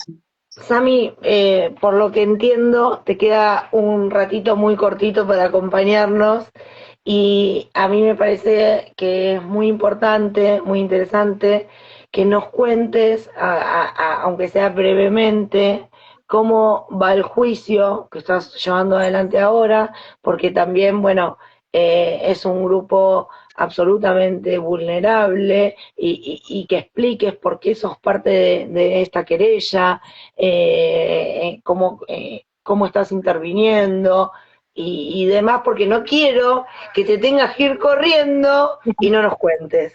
No sé ni qué hora es, porque yo estoy acá, me puse a hablar, ¿viste? Y no sé qué hora es. ¿Qué pasa? Que nosotros, te voy a decir algo, este es el segundo vivo que hacemos, y de paso voy a aprovechar para expoliar algo y para que también mantener la atención de la gente. Les quiero decir que para los próximos vivos tenemos confirmada a Manuela Calvo, que bueno, es una periodista que va a estar picantón, porque ella es picante, y también que tenemos confirmada para próximamente poder recibir a María Paz Bertero, que es quien había sido seleccionada para la Defensoría de Niños, Niñas y Adolescentes. Y bueno, y lo que pasa es que si me pongo a explicar todo eso, estamos 2 horas más. Pasaron cosas. Pasaron cosas, ¿no? Los grupos del mal se han ocupado de que pasen cosas. Entonces, tiro ese dato de color, y sí que nos cuentes, bueno, lo que nos puedas contar del juicio, de tu participación, de la importancia que tiene, de por qué es tan importante este juicio. Bueno, sí, a ver, arranca todo lo que estábamos hablando recién, de que estamos en un gobierno, estamos bajo un gobierno. Yo el otro día me invitaron a participar de un plenario y decía algo parecido a esto que voy a decir ahora, que es un gobierno que tiene una mentalidad genocida, ¿no? Quizás suena fuerte cuando uno lo dice, pero tiene una mentalidad genocida en tanto el objetivo es claro. Sectores de la sociedad que se oponen a la ideología de ellos, pum, a perseguir, a generar odio, a generar persecución y demás. Creo que desde que asumió este gobierno han incrementado los hechos de discriminación, de odio, homofobia y demás, ¿no? En ese contexto ocurre el triple lesbicidio de Barracas. 3 mujeres son asesinadas, incendiadas, una sobrevive, son atacadas por un hombre que las discriminaba por su orientación sexual y por su condición de mujeres. Yo intervengo en este caso como representante de la querella de la FAL-GTB. Yo formo parte de otro organismo de derechos humanos, que es la Coordinadora Argentina por los Derechos Humanos, donde hacemos toda intervención de derechos humanos, estamos con persecución política, con cuestiones de género y demás. O sea, abarcamos todos los frentes. Entonces, bueno, de esa manera empezamos a articular para llevar adelante en principio fue un acompañamiento, porque la FAL-GTB no había sido nunca querella en un caso penal. O sea, esto es novedosísimo. Sí, la FAL-GTB suele intervenir como lo que se conoce como amicus curiae, que son intervenciones de presentar informes, sugerencias a los tribunales y demás para que se respeten los derechos humanos, pero Los nunca había llamados tenido una amigos del tribunal, que Exactamente. Exactamente, amigos del tribunal y con un organismo de derechos humanos, una federación, una asociación civil o un organismo parecido, presenta un escrito en un expediente y le dice al tribunal, che, mirá, nosotres, venimos a sugerirte que respetes ciertos derechos porque la ley lo dice así. Bueno, la FAL-GTB venía teniendo ese tipo de intervenciones. Cuando pasa lo de Barracas, que se hizo muy mediático rápidamente, porque los vecinos de la pensión donde ocurrió este incendio salieron a hablar y a decir que este hombre las había incendiado porque eran lesbianas. O sea, entonces generó toda una situación. La FAL-GTB interviene automáticamente, empieza a acompañar a las víctimas cuando aún estaban con vida. Las chicas estuvieron internadas 2 o 3 semanas, después fueron falleciendo. Y empezó a surgir esta idea de vamos a hacer algo en la causa, ¿no? Vamos a meternos realmente, vamos a ver si podemos intervenir, si podemos generar elementos de prueba y demás. Y bueno, ahí apareció la idea de ser querellantes. Me buscan a mí porque, bueno, como dije al principio cuando me presenté, soy especialista en derecho penal, llevo adelante las querellas y demás, para ver si yo lo quería hacer, si estaba interesada, con otras colegas firmantes también. Así que, bueno, empezamos, ¿no? Presentamos el primer escrito, el juzgado de instrucción, 0 perspectiva de género, 0 perspectiva de diversidad, ni siquiera mandaron a presentar el lugar donde había ocurrido el hecho. O sea, no sé, a los 2 o 3 días de ocurrir el incendio, me llama una amiga y me dice, Sami, ¿es normal que después de un hecho así estén sacando todas las cosas de la chica y de las chicas a la vereda, qué sé yo? Bueno, era un desastre, la fiscalía actuó mal, el juzgado actuó mal, bueno. Nos presentamos, pedimos ser querellantes, bajo la legitimación de que somos una federación que velamos por el cumplimiento de los derechos humanos de la diversidad. Nos dicen que no, el juez de instrucción nos dice que no, apelamos, vamos a la Cámara de Apelaciones, nos vuelven a decir que no. Para esto ya las víctimas puntuales ya iban teniendo sus representaciones. Y en diciembre del 2024 llegamos a casación, que es la última instancia de apelación en la Justicia Nacional.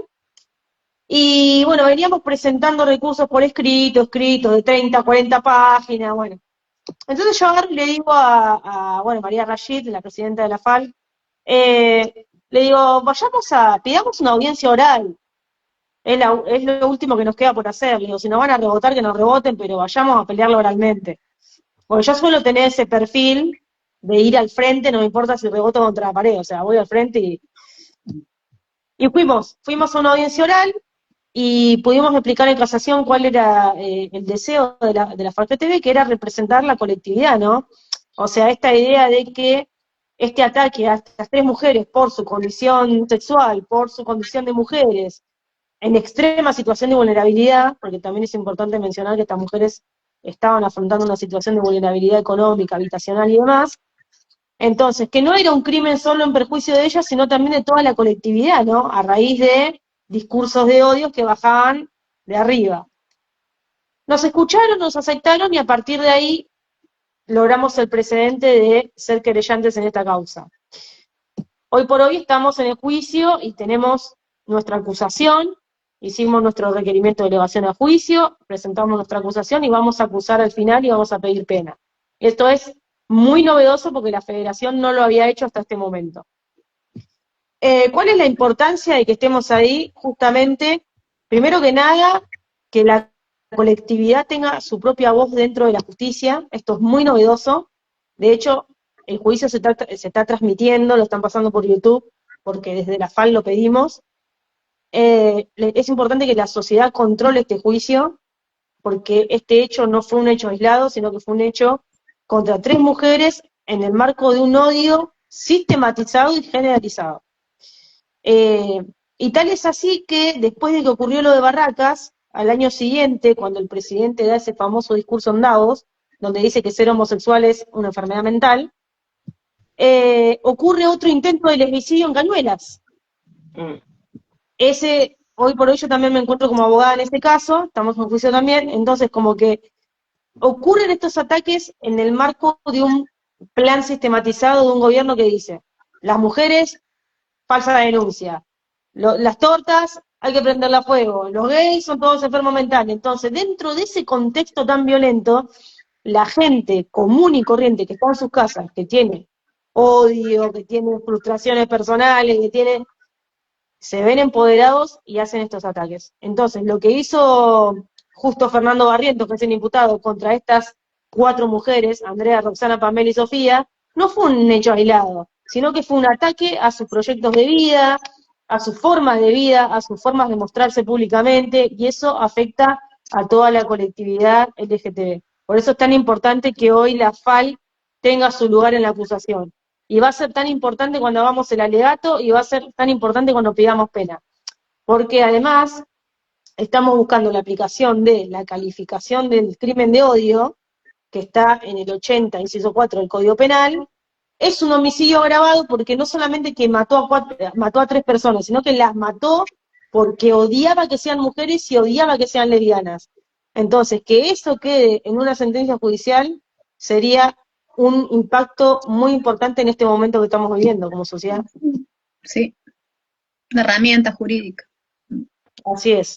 Jurídica y social, ¿no? De que después Sí, que política. cada Sí, torta, sí, sí. cada derecha, cada trans diga, la justicia me representa, por favor, y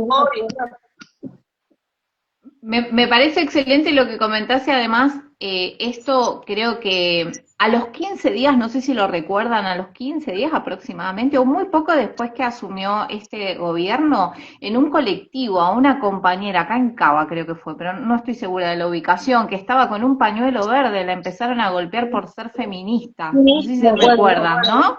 Y hubo así, desde ese momento en adelante, un montón de situaciones. Esta es una de las más contundentes por la gravedad, por la gravedad, pero me parece, tal y como dice la compañera, que es un emergente de la bajada de línea, básicamente. Es un emergente, es la habilitación de esos sectores de la sociedad. Y bueno, ahora tenemos un presidente que es pedófilo, que es machista, que están todas las putas, las tortas.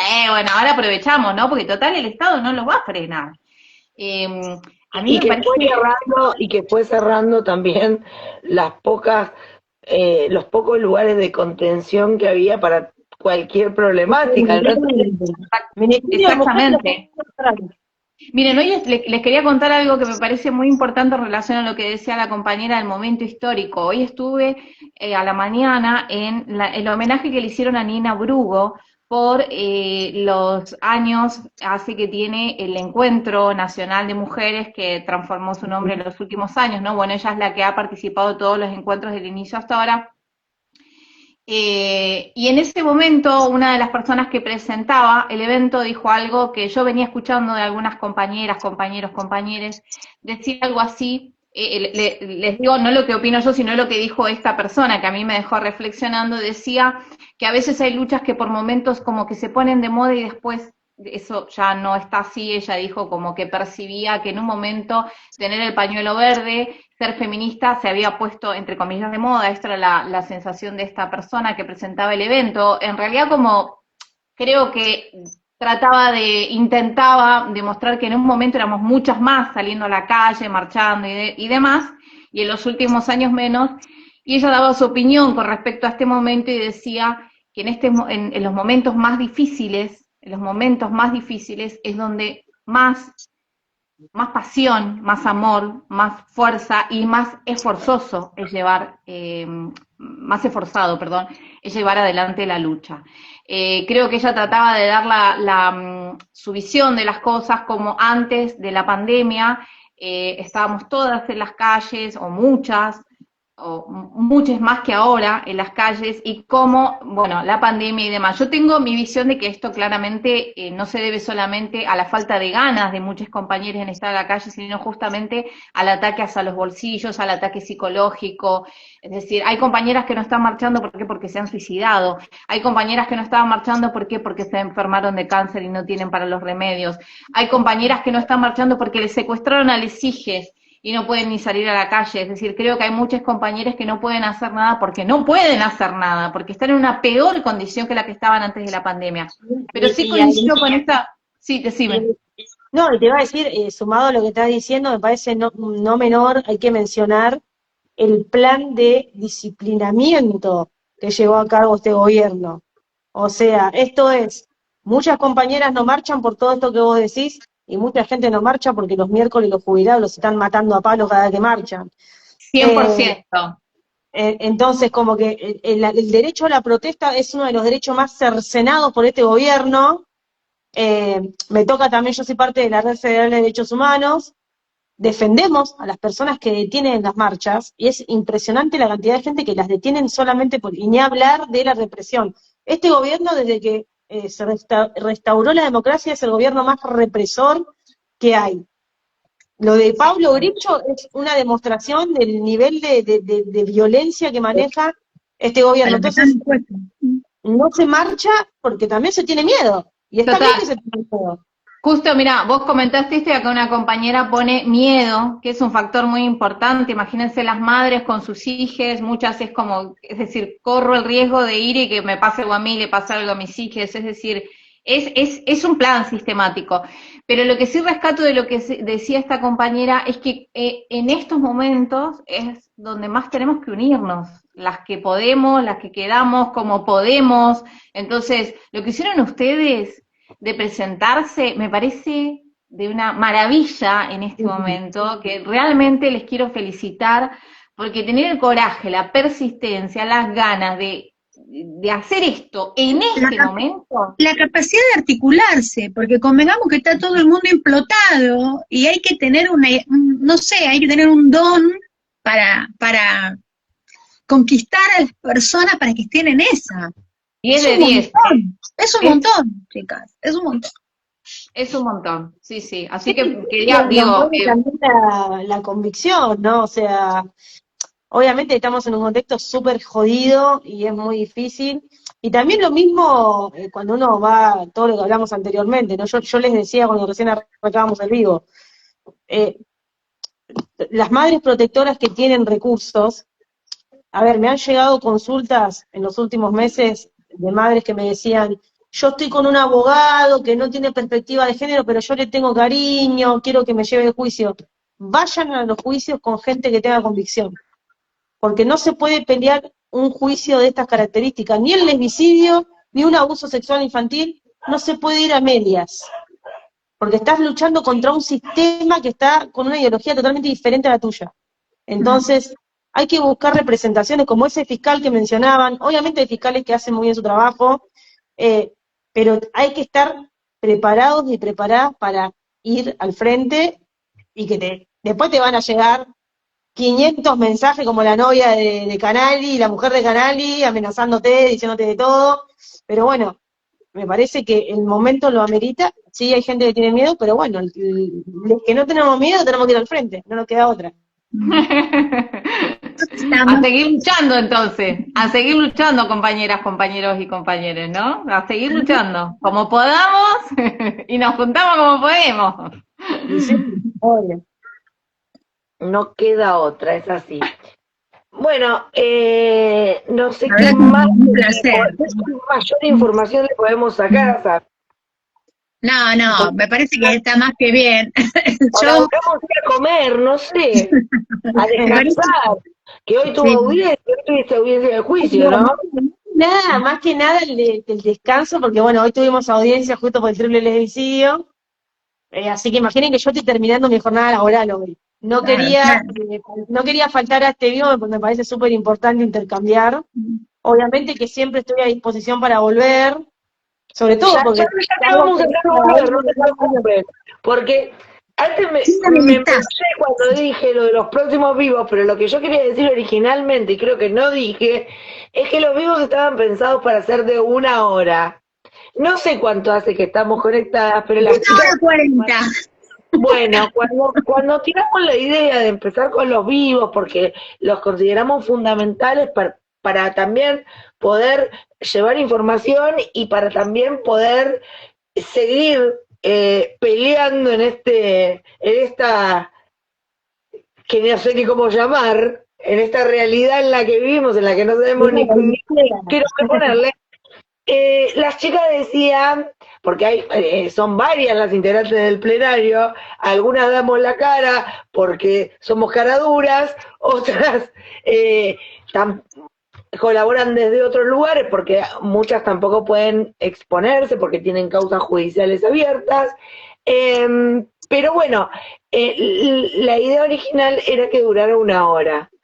Y se Bueno, nos yo están creo, extendiendo, son tantos los temas y tan interesantes que se nos están además extendiendo. que arrancamos hablando de lo que nos convoca y terminamos hablando de un montón de otras luchas que también nos convocan, porque Que al fin y al también cabo nos nos convocan, convocan ese por es el eso. tema. Por eso yo no quería que te vayas sin preguntarte por el juicio que estaba llevando adelante, porque también nos convoca. Sí. A mí me encantaría poder felicitarte mucho, Samantha, mucho, mucho. Es hermoso ver a una abogada comprometida con la causa de las niñeces y de las adolescencias y sobre todo en esta temática que es tan dura de representar, tan dolorosa, porque es muy doloroso ver los expedientes, acompañar, escuchar a la madre. Y una gran felicitación también para la madre de Osita, la madre de Osita y todas las madres protectoras que se bancan estos procesos de mierda para defender la voz, la libertad, los derechos y la justicia por sus hijos. Es una de las cosas más nobles que una persona puede hacer, defender a las niñas, y más a las niñas que han sufrido agresiones sexuales. Así que mi más profunda felicitación para tu trabajo, para la mamá de Osita, que por suerte, en este caso y excepcionalmente, porque esto no ocurre casi nunca, lo culpable que será el chabón, lo culpable que será el chabón que lo condenaron. Por suerte, en este caso hubo justicia. ¿Cómo? Remarco que 11 de 12, que hubo 11 uno de solo 12. que no dijo que era inocente. Lo que pasa es que no llegó, porque ahí tenemos que volver a esto de, en caso de duda, no llegó a la certeza, bueno, pero no dijo que era inocente tampoco, ¿no? Valga la aclaración. El caso de Osita fue, a ver, cuando me escribe la mamá de Osita, la primera vez me llama llorando, si está viendo te digo que seguro que está, lo va a recordar, me llama llorando y me dice, yo necesito a alguien a quien mi hija le importe. Eso fue lo que me dijo la mamá de Osita cuando ella me llama, ¿no? La primera vez. Me dijo, porque yo quiero que a mi hija la represente alguien que realmente se preocupe por mi hija. Y ese fue el estandarte que yo agarré para entrar a ese juicio, ¿no?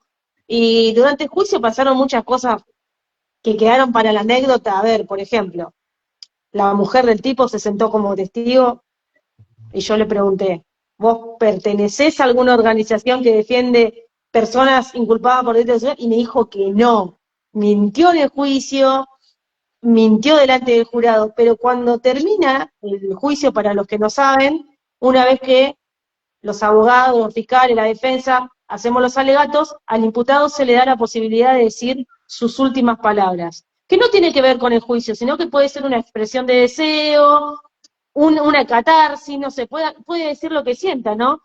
Y se para el padre de Osita y todos pensamos que iba a decir, bueno, lo lógico, ¿no? Yo a mi hija la quiero, yo a mi hija la amo, yo no le hice nada. No, lo que dijo papá Osita fue, yo quiero aclarar que no somos una asociación de pedófilos, somos hombres que estamos unidos porque no nos dejan ver a nuestros hijos. Y fue muy cómico porque ya el jurado no le creía, al jurado le resultó muy chocante eso que él aclaró. Eh, y bueno, nada, para mí, a ver, obviamente que agradezco las palabras. Yo, como dije cuando recién empezó este vivo, quise estudiar Derecho Penal porque soy una persona antisistema, cuando soy querella, cuando soy defensa, porque también he tenido que defender. Siempre voy con los mismos principios, ¿no? Y me parece que la humanización del sistema penal es fundamental, lo digo cuando voy a un juicio por jurado, y soy abogada de las víctimas porque entiendo que el abogado penal tiene que ser humano también, y no hay nada que a mí me des, más allá de que es un trabajo y que yo mi trabajo lo cobro, obviamente, pero no hay nada que me des más gratificación que la cara de esa madre cuando salís y le decís, el tipo está condenado. Que eso es algo con lo que me voy a dormir tranquila todas las noches. No sé si todos los colegas podrán decir lo mismo.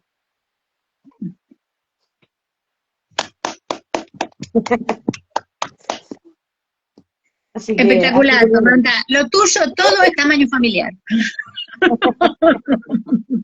Maravilloso. así que bueno, nada, les agradezco el espacio, les agradezco la invitación. Bueno, quedo a disposición por si hay que hacer otra charla, otro intercambio. La verdad que me sentí muy cómoda en el espacio y bueno, me gustaría volver. Y Muchísimas seguramente gracias. va a ser así porque claramente acá si no nos ponemos de pie las mujeres y las mujeres madres, acá no va a pasar nada. Solamente nosotras estamos. Es así. Sabi, te agradecemos un montón. Sé que estás re cansada, que arrancaste muy temprano, que estás en el medio del juicio. Te agradecemos un montón que nos hayas dado la oportunidad de tenerte, de escucharte, y ya te adelanto que sí, que te vamos a molestar de nuevo, porque son tantos los temas que no nos está alcanzando el tiempo. Así que, nada, eso, agradecerte Le deseamos profundamente. un muy buen fin de semana, si es que puede descansar, no lo creo. Bueno, Pero tiene un feriadito para un feriadito el lunes, claro. Bueno, por ahí tampoco le hagamos tanto a nadie, chicas, porque si no, no va a querer volver, nos va a pedir cosas a cambio. Así que bueno, le dejo un nosotros beso. regalamos libros, hacemos esas cosas. Y bueno, nos vemos en la lucha, compañeras. Nos vemos. Gracias también. Un placer. Chao, chao.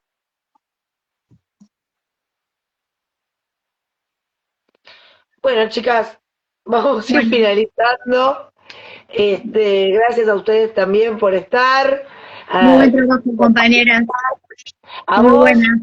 te dije, Malala, que próximamente vas a pasar de entrevistadora a entrevistada, cuando toquemos el tema de violencia vicaria. A los que nos están viendo, si quieren mandar algún tema que les interese, de los que podamos hablar, algún tema que les preocupa, también nos pueden mandar, o quieren escuchar a alguna persona en particular, quieren que entrevistemos a alguien en particular, no lo prometemos, porque primero tenemos que conseguir que la persona nos dé bolilla y se quiera sentar a conversar, ¿no? Pero bueno, les prometemos que lo intentamos, que intentamos que vengan. Mari, bueno, nada, siempre el agradecimiento. Yo me voy a ir a comer, si alguien hizo la comida, porque tengo 4 niñas que esperan comer. Les deseo un hermoso fin de semana. Gracias A las compañeras que estuvieron conectadas, a todas las Muchas gracias a todas las que presentes. se conectaron el vivo, porque alguien preguntó, ahora veo cómo, la semana pasada me salió, ahora veremos si me sale, va a quedar grabado, creo que fue Ana Clara que preguntó por qué se tenía que ir a laburar, Sí, que pidió que por favor lo grabemos. Así sí. que sí, va a quedar grabado y voy a repetir lo que dije antes para que vayan anotando, que vamos a tener en estos días, vamos a estar lanzando el flyer porque tenemos confirmada a Manuela Calvo. Mari, si me ayudas, Sí, mira, tenemos, se acaba de terminar la confirmación. Manuela Calvo y David Calipo, el miércoles que viene a las 9 de la noche. David Calipo es el representante de la víctima del caso Chade. Chade es primo hermano de Pagotto. Pagotto es el que está codo a codo con Lozada en el proyecto de ley de falsas denuncias. Es decir, un primo hermano de Pagotto fue condenado a 35 años por agresiones sexuales y por generar contenido audiovisual y fotográfico, creo, de esas agresiones sexuales. Manuela Calvo es la periodista, Chilecito, La Rioja, ocurrió todo esto. Manuela Calvo es la periodista que desde el día 1 ha seguido este caso. Ha habido un montón de amedrentamientos por parte de los contactos de Pagotto, porque es el primo hermano de Chade, y bueno, toda la cuestión de contactos entre ellos y de poder que tiene en el Poder Judicial y en el Poder Político y demás. Y va a estar David Calipo, que como decía, es el representante legal, el querellante, en este caso, que lograron esta condena de 35 años. Ratificada. el miércoles, Miércoles a las 21. que no va a ser el viernes. Nos vamos a estar viendo. Vamos a tener otra invitada que nos tiene que confirmar que pueda esa fecha, pero que en principio va a ser María Paz Bertero, la defensora de niños, niñas y adolescentes que había resultado electa en el concurso que se hizo para la designación y que tanto cuestionamiento y tanta revolución está causando porque se está tratando de impedir bueno, que ese cargo sea ocupado por la persona que participó en un concurso, ¿no? Entonces vamos a estar hablando de las maniobras que se están llevando a cabo para que eso no suceda, del amparo que fue presentado para que eso sí suceda, y de cómo no se están violando, más allá de si nos gusta o no nos gusta la defensora, cómo se está vulnerando todo La el institu- procedimiento, claro, la institucionalidad, la sobre todo institucionalidad. la Más institucionalidad. allá de si a nosotros nos gusta o no nos gusta quién ganó, lo cierto es que ganó, que fue todo legal, y bueno, vamos a estar analizando todo eso. Así que chicas, bueno, nada, muchas gracias a todos los que nos están viendo, abrazos a todos, buen fin de semana y nos Nos estamos vemos. viendo. Hasta luego, compas.